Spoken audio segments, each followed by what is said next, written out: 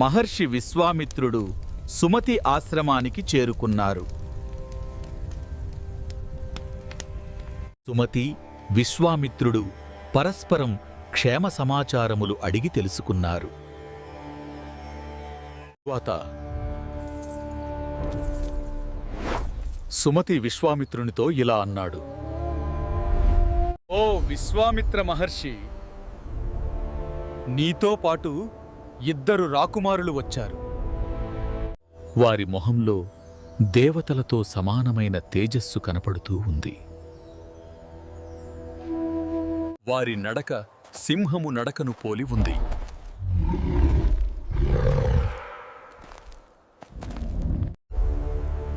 వారు అమితమైన బల పరాక్రమములు కలవారిగా కన్పట్టుచున్నారు. వారు విల్లు అమ్ములు ధరించి ఉన్నారు కాబట్టి క్షత్రియ కుమారుల వలె ఉన్నారు.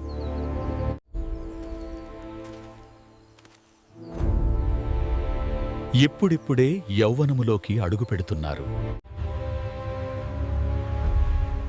వారి సౌందర్యము అశ్విని దేవతలను మరిపించుచున్నది. వీరు ఎవరు? ఏ దేశపు రాకుమారులు? వీరి తల్లిదండ్రులు ఎవరు? మీ వెంట ఈ దుర్గమమైన అరణ్యములలో కాలినడకన తిరుగుటకు కారణమేమి? చమరికి అభ్యంతరము లేకపోతే తెలపండి. నేను విశ్వామిత్రుని సిద్ధ ఆశ్రమమే నా నివాసం. ఈ యాగము లోకక్షేమార్థమే.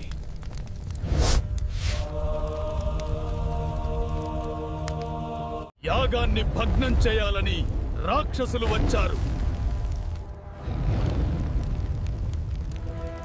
రాముడే ఈ యాగానికి రక్షణ.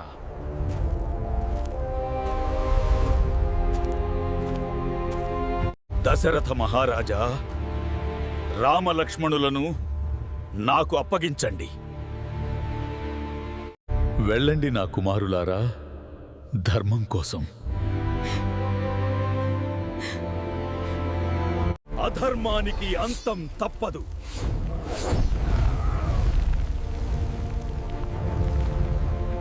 అధర్మానికి అంతం తప్పదు.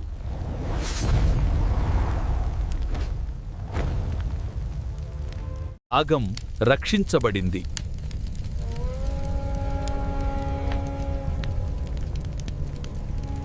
రండి, మిథిలకు వెళ్దాం.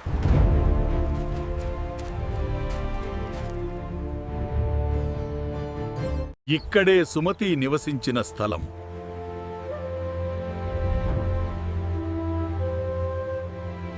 విశ్వామిత్రుని మాటలకు సుమతి ఎంతో సంతోషించాడు. దశరథ పుత్రులైన రామ లక్ష్మణులకు అతిథి సత్కారములు చేశాడు. ఆ రాత్రికి విశ్వామిత్రుడు, రామలక్ష్మణులు సుమతి మందిరములో విశ్రమించారు. మరునాడు వారు మిథిలకు ప్రయాణము అయ్యారు.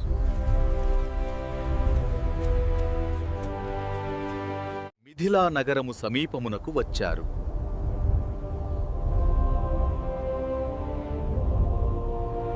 అక్కడ వారికి నిర్మానుష్యంగా ఉన్న ఒక ఆశ్రమము కనపడింది.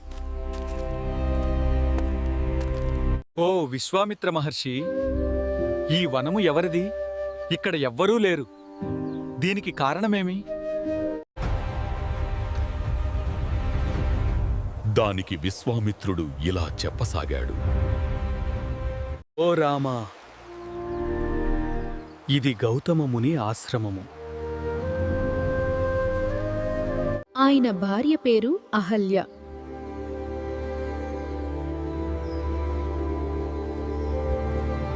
గౌతముడు ఈ ఆశ్రములో తపస్సు చేసుకుంటూ ఉండేవాడు. ఒకరోజు దేవేంద్రుడు గౌతమముని ఆశ్రమములో లేని సమయమున ఆయన వేషము వేసుకొని ఆశ్రమములో ప్రవేశించాడు. అహల్యను చూచి ఇలా అన్నాడు.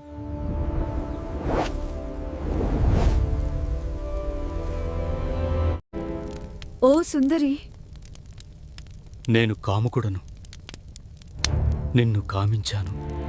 కాముకులు సమయము కొరకు వేచి ఉండరు కదా?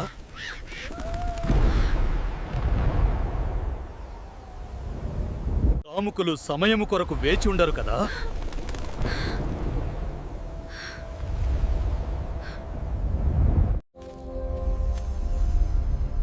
ఈ రూపంలో వచ్చినవాడు దేవేంద్రుడే. నీ సౌందర్యము నన్ను ఆకర్షించింది. నీ సమీపాన్ని కోరుస్తున్నాను.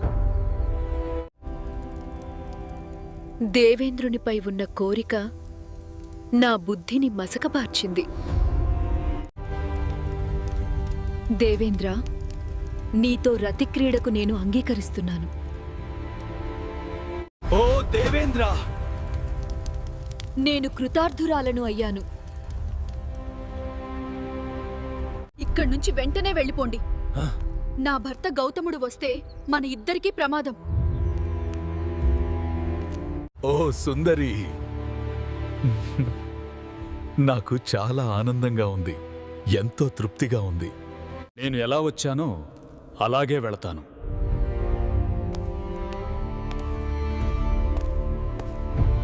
ఓ రామా!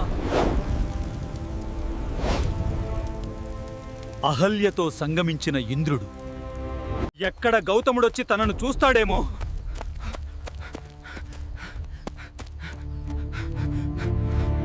ఇంతలో గౌతముడు సమిధలను దర్భలను తీసుకొని తన వేషములో ఉన్న ఇంద్రుని చూచాడు. జరిగిన విషయం గ్రహించాడు. గౌతముని చూచిన ఇంద్రుని మొహం వెలవెలబోయింది.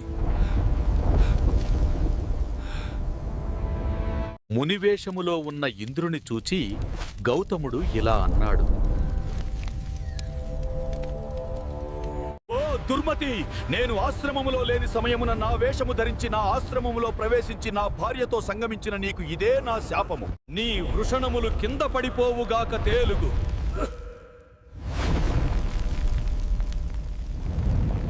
ఇంద్రుని వృషణములు నేలమీద పడిపోయాయి.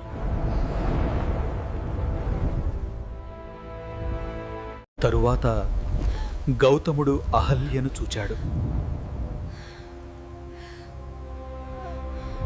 తన భర్త ఇంద్రుని శపించడం చూచి గడాగడా వణికిపోయింది.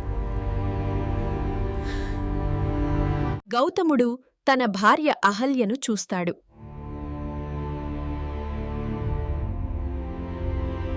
అహల్య, నీవు పాపం చేశావు.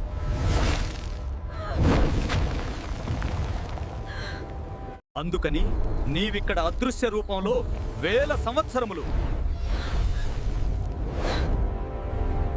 మట్టిలో దొర్లుతూ నిరాహారంగా కేవలం గాలిని ఆహారంగా తీసుకుంటూ ఈ ఆశ్రమములో పడి ఉండు.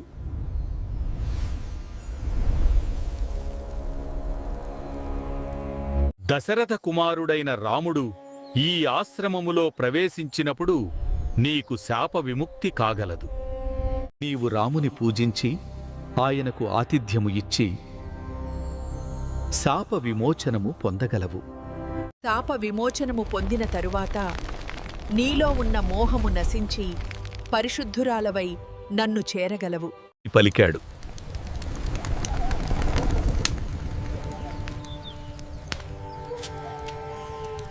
తరువాత గౌతముడు ఈ ఆశ్రమమును విడిచి హిమవత్సర్వమునకు వెళ్ళిపోయాడు. ఆ ప్రకారంగా గౌతముని శాపముతో ఇంద్రుని వృషణములు కింద పడిపోయాయి. దానికి ఇంద్రుడు ఎంతో చింతించాడు.